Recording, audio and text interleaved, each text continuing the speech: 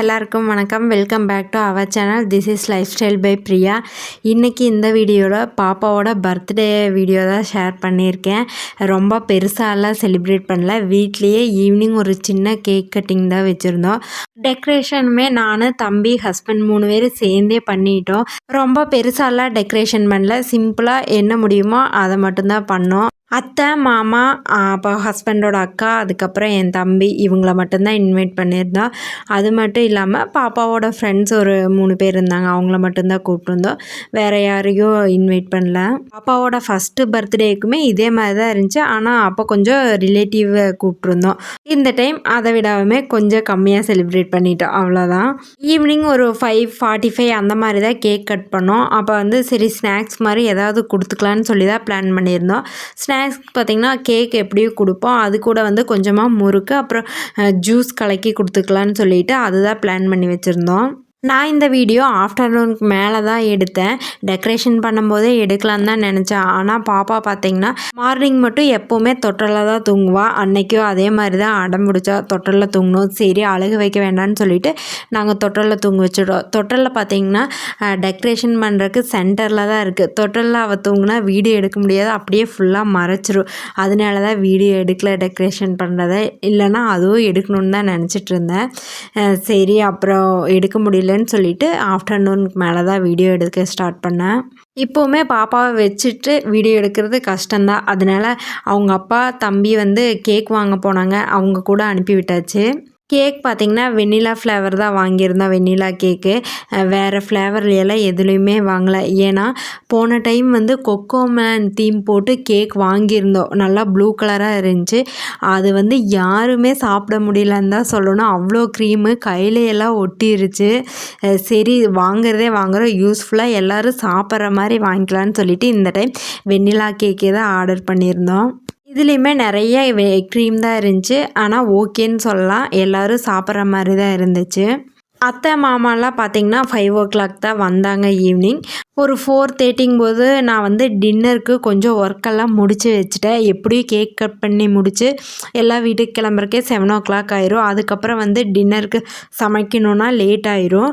அத்தை மாமாவே பார்த்திங்கன்னா வந்தோடனே கிளம்புற மாதிரி தான் இருந்துச்சு. அதனால் நான் வந்து சாம்பார் வந்து ஃபஸ்ட்டே வச்சுட்டேன். இட்லிக்கு டின்னருக்கு வந்து இட்லி தான் செஞ்சுருந்தேன். சாம்பார் அது கூட தேங்காய் சட்னி தான் ரெடி பண்ணியிருந்தேன். தேங்காய் எல்லாம் சொருகி ஜாரில் போட்டு கரெக்டாக வச்சுட்டேன். சரி அப்புறமா அரைச்சிக்கலான்னு சொல்லிட்டு அது மட்டும் பெண்டிங் இருந்துச்சு. சாம்பார்லாம் ரெடி பண்ணி வச்சுட்டேன்.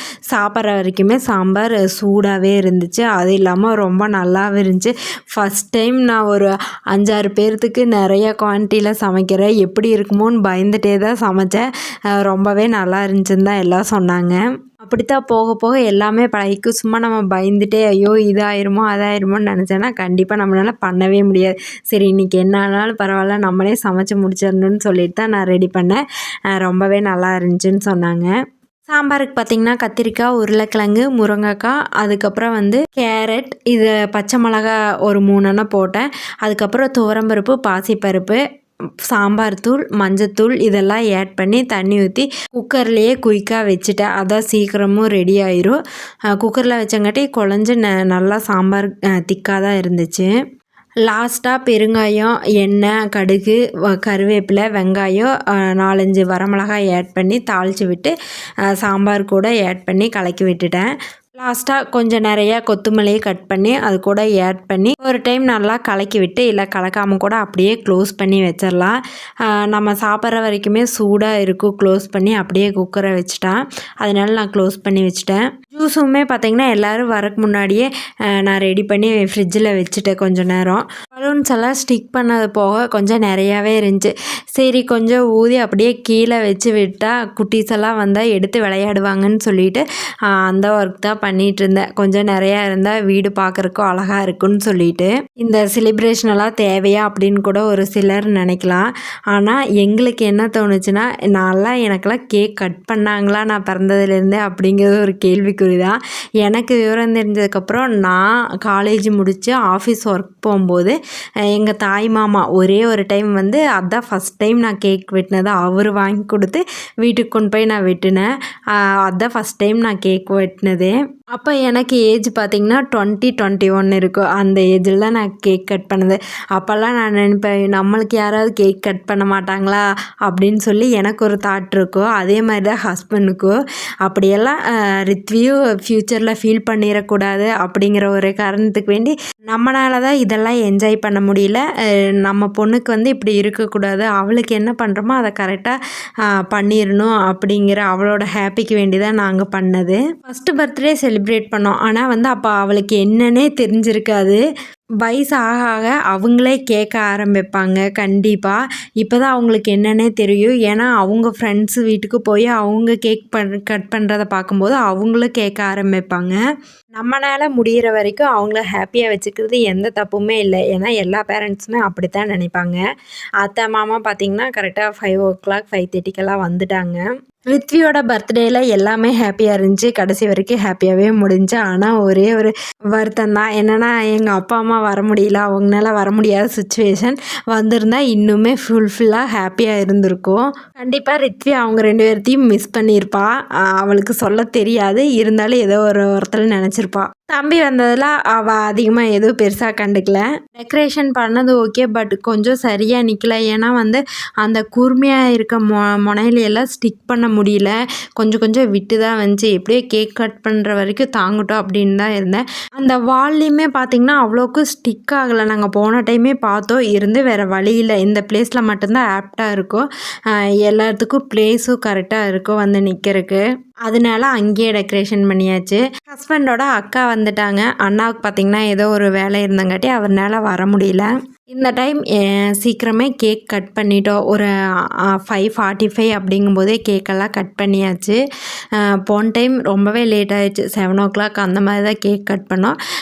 அப்போ பார்த்திங்கன்னா டின்னருமே எல்லாத்துக்கும் அரேஞ்ச் பண்ணியிருந்தோம். இந்த டைம் அந்த பிளானெல்லாம் எதுவுமே இல்லை. அதனால ஸ்நாக்ஸ் மாதிரியே கொடுத்து முடிச்சிடலான்னு கேக்கும் சீக்கிரம் வெட்டிட்டோம். இப்போ தான் ஃபஸ்ட் டைம் இந்த மாதிரி ஒர்க்கெல்லாம் இருந்து தனியாக பண்ணுறது. இதோட எக்ஸ்பீரியன்ஸே தனிதான்னு சொல்லணும். அவ்வளோ பரபரப்பாக நம்மளே என்கேஜாக வச்சுட்டு எல்லாத்தையும் ஒவ்வொன்றையும் பார்த்து பொறுமையாக பண்ணுறோம். இப்போ தான் நம்மளுக்கு ஒரு பொறுப்புங்கிறதே வந்த மாதிரி இருக்குது. யாரும் எந்த குறையும் சொல்லிடக்கூடாது, எல்லாமே நல்லா இருக்கணும், நல்லா பண்ணணும் அப்படிங்கிறத ஒவ்வொன்றும் பார்த்து பண்ணுவோம். ரித்வியை வச்சுட்டு இது கேக் கட் பண்ணுற வரைக்கும் இந்த பலூனெல்லாம் அப்படியே இருக்குமா அப்படிங்கிற மாதிரி தான் இருந்துச்சு. ஓடி அதை தொடவே போனால். எப்போவுமே குழந்தைங்க அப்படி தான். ஆஃப்டர்நூன்லேருந்தே ரித்விக்கிட்ட இருந்து அதை பாதுகாத்து வச்சுருக்கிறது தான் எங்களோட முழு வேலையாகவே இருந்துச்சு. இதெல்லாம் செய்கிறது பெருசாகவே தெரியல. ஆனால் இந்த பலூனை எல்லாம் எடுக்காமல் அப்படியே வச்சுருக்கணும் ரித்வி அப்படிங்கிறதுல குறியாக இருந்தோம். அப்படியே ரித்வியோட ஃப்ரெண்ட்ஸ் எல்லாம் வந்துட்டாங்க. ஃப்ரெண்ட்ஸ் எல்லாம் வந்தோடனே அவளுக்கு ஒரே ஹாப்பி தான். கேக்கெல்லாம் கட் பண்ணுற வரைக்கும் அவங்க பலூன்ஸ் எல்லாம் எடுத்து கொஞ்சம் நேரம் விளையாடிட்டு இருந்தாங்க. இந்த பலூன்ஸ் எல்லாம் சின்ன கடையில் போய் வாங்கும்போது ரேட்டெல்லாம் ரொம்பவே கம்மியாக இருக்குது. இதே பெரிய கடையில் போனால் அந்த ஹாப்பி பர்த்டே அப்படிங்கிற எழுதியிருக்க ஒரு ஸ்டிக்கரே 300-400 சொல்கிறாங்க. இதே பொள்ளாச்சி கடை வீதிக்குள்ளே இந்த குட்டி கடையெல்லாம் இருக்கும், அதுக்குள்ளே போய் வாங்கும்போது வந்து 150-200 இந்த மாதிரி தான் இருக்குது. இதே ஃபஸ்ட்டு பர்த்டேக்கு 2ன்னு இருக்க பலூன் வந்து 1 வாங்கலாம் அப்படின்னு சொல்லி போய் கேட்டிருந்தோம். பெரிய கடையில் தான் கேட்டோம். அங்கே வந்து 300 சொன்னாங்க ஒரு பலூனு. ஆனால் இப்போ இங்கே வந்து அங்கே வாங்கின பக்கம் வந்து 30 rupees தான். எவ்வளோ டிஃப்ரென்ஸ் இருக்குதுன்னு பாருங்களேன். கலெக்ஷன்ஸுமே பார்த்திங்கன்னா நிறைய வச்சுருக்காங்க இந்த குட்டி ஸ்டோரில் எல்லாமே. இனிமேல் இந்த மாதிரி எந்த ஃபங்க்ஷன் வந்தாலும் இந்த மாதிரி ஸ்டோரில் தான் போய் வாங்கணும்னு முடிவு பண்ணியாச்சு. ஃபைனலாக கேக் கட் பண்ண ஸ்டார்ட் பண்ணியாச்சு. ரித்வி அவளே தனியாக கேக் கட் பண்ணணுன்னு சொல்லிட்டு நைஃபை கேட்டிருந்தா.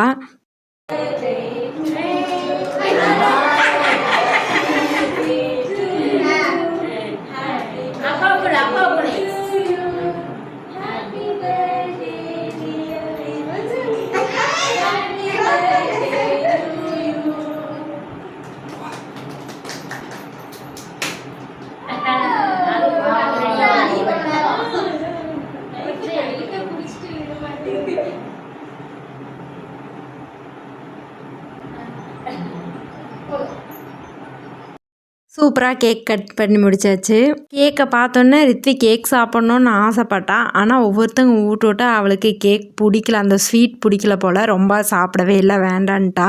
எங்கள் வீட்டில் ஸ்வீட் சாப்பிட்ற ஒரே ஆள் நான் மட்டும்தான். ஸ்வீட் இருந்தால் முடிச்சிருவேன். அது டயட் இருக்கங்காட்டி இப்போ கொஞ்சம் பிரச்சனை இல்லை. என் ஹஸ்பண்ட் அவ்வளோக்கு ஸ்வீட் விரும்ப மாட்டார். ரித்வி நீ எப்படின்னு தெரியல, ஒவ்வொரு டைம் ஸ்வீட் சாப்பிட்றா, ஒவ்வொரு டைம் சாப்பிட மாட்டேங்கிறான். இனி பெருசாக தான் எப்படிங்கிறது தெரியும்.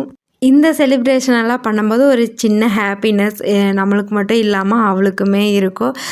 குட்டி குட்டி மெமரிஸ் தான் இது. இந்த வருஷம் பண்ண முடியுது, இனி அடுத்த வருஷமும் பண்ணலாம். ஆனால் எப்படிங்கிறது என்னன்னு தெரியாதுல்ல. அது கிடைக்கிற சுச்சுவேஷனில் நம்ம பயன்படுத்தி நம்மளால் என்ன முடியுமோ அதை பண்ணிக்கணும். இன்னொரு ஃப்ரெண்டுமே வந்திருந்தாங்க. அவங்க ஒர்க்குக்கு போயிட்டு வரக்கு லேட் ஆயிடுச்சு. 7:30க்கு மேலே தான் வந்திருந்தாங்க. அவங்கள பேசிகிட்டே வீடியோ எடுக்க மறந்தாச்சு. லாஸ்ட்டாக எல்லா குட்டீஸையும் ஒன்றா நிற்க வச்சு ஃபோட்டோ எடுக்கலான்னு நினச்சோம். ஆனால் ஃபோட்டோ எடுக்க மட்டும் முடியவே முடியல. அவங்கள நிற்க வைக்கிறதுக்குள்ளே நாங்கள் ஒரு வழி ஆகிட்டோம். கடைசியில் டாய்ஸ் எல்லாம் எடுத்து போட்டு வச்சுமே அவங்கள ஃபோட்டோ எடுக்கவே முடியல. லாஸ்ட்டாக ஒரே ஒரு பிக் மட்டும்தான் கிடச்சி. எல்லோரும் ஹாப்பியாக செலிப்ரேட் பண்ணிவிட்டு ஒரு 6:30 அப்படிங்கும்போது கிளம்பிட்டாங்க. இன்ஸ்டாலேயும் சரி யூடியூப்லேயும் சரி பாப்பாவுக்கு நிறைய பேர் விஷ் பண்ணியிருந்தீங்க. இன்ஸ்டாவில் பர்சனலாகவே நிறைய பேர் டிஎம் பண்ணியிருந்தாங்க. எல்லாத்துக்குமே ரொம்ப தேங்க்ஸ். பர்த்டே செலிப்ரேஷன் இதோட முடிஞ்சு. இந்த வீடியோ உங்களுக்கு பிடிச்சிருக்கும் நான் நம்புகிறேன். உங்களுக்கு பிடிச்சிருந்தா லைக் பண்ணுங்கள், கமெண்ட் பண்ணுங்கள், சப்ஸ்கிரைப் பண்ணாமல் பார்த்துட்டு இருந்தீங்கன்னா சப்ஸ்கிரைப் பண்ணுங்கள். இன்னொரு இன்ட்ரெஸ்டிங்கான வீடியோவில் பார்க்கலாம். பாய் பாய். தேங்க்யூ ஃபார் வாட்சிங்.